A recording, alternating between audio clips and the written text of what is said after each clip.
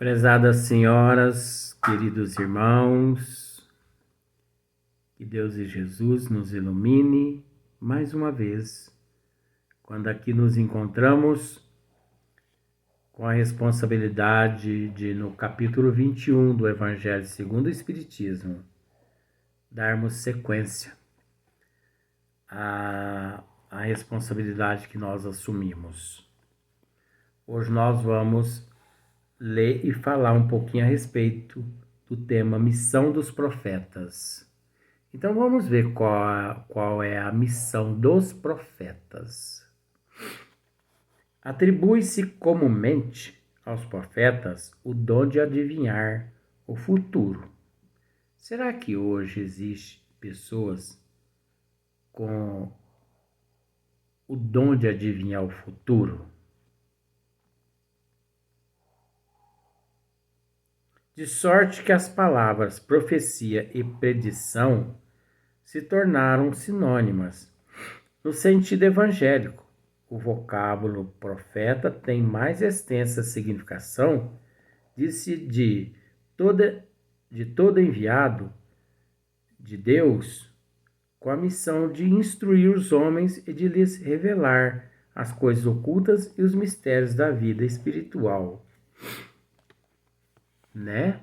Nós vamos dar sequência. Acontece que muitos seres,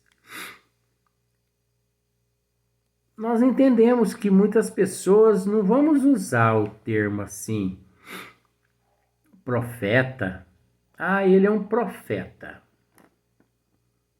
Chico Xavier é um profeta. Não.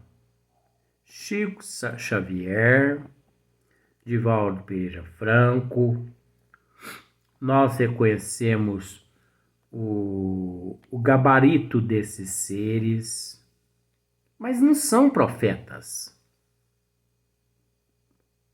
Eles são seres missionários. Seres como nós mesmos. Só que com uma responsabilidade imensa, como a nossa. Porque tudo que eles tiveram que ter, nós temos que ter. Disciplina, disciplina e disciplina. O que nós não praticamos, mas eles praticaram. Por isso, superaram os obstáculos da vida. Agora, aqueles que não põem em prática, sentem mais dificuldade e se tornam joguete das trevas constantemente. Pois um homem ser profeta sem fazer predições, aquela era a ideia dos judeus ao tempo de Jesus. Daí vem que, quando o levaram à presença do sumo sacerdote Caifás, os escribas e os anciões, reunidos, lhes cuspiram no rosto, lhe deram socos e bofetadas, dizendo: Cristo profetiza para nós e diz quem foi que te bateu.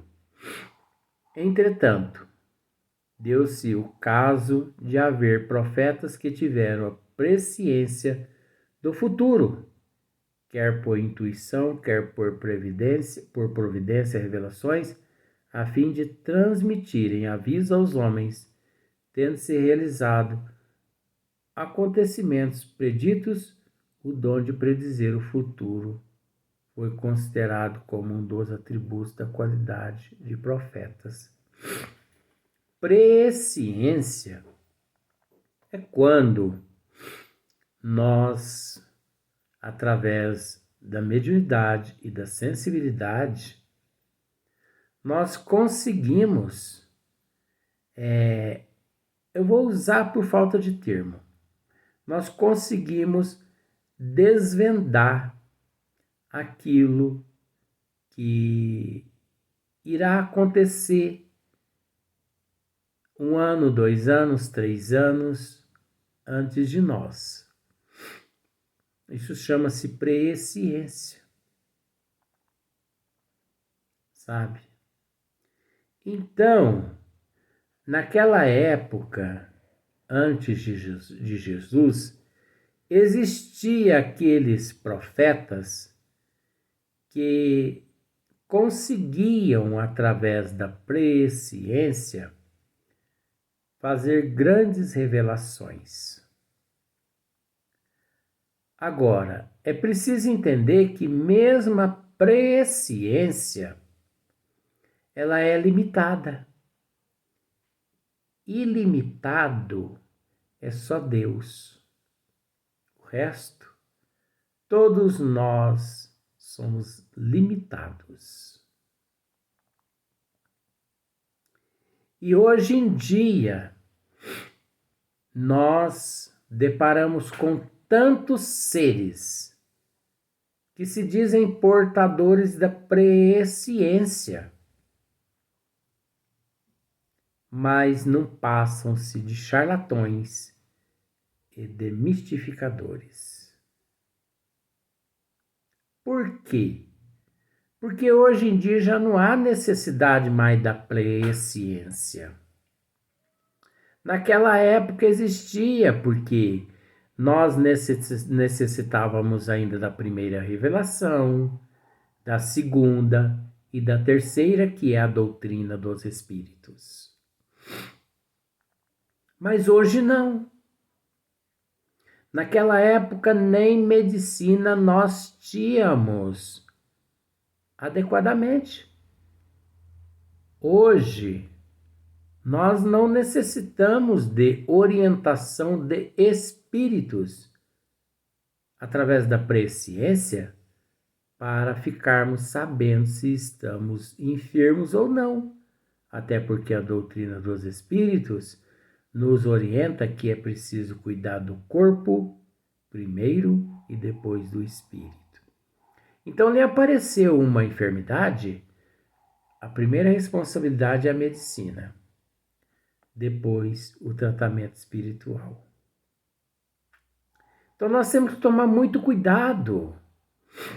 Eu mesmo tenho amigos, sabe? Eu mesmo tenho amigos que, frequentando certas casas espíritas no Brasil, os mentores espirituais daquelas casas chegaram ao cúmulo de dizer: pare todos com os medicamentos holopatas. E eles, como muito fiéis aos mentores, pararam de tomar os medicamentos. O que aconteceu depois de 6 meses? Um paletó de madeira, que significa caixão. Porque espírito nenhum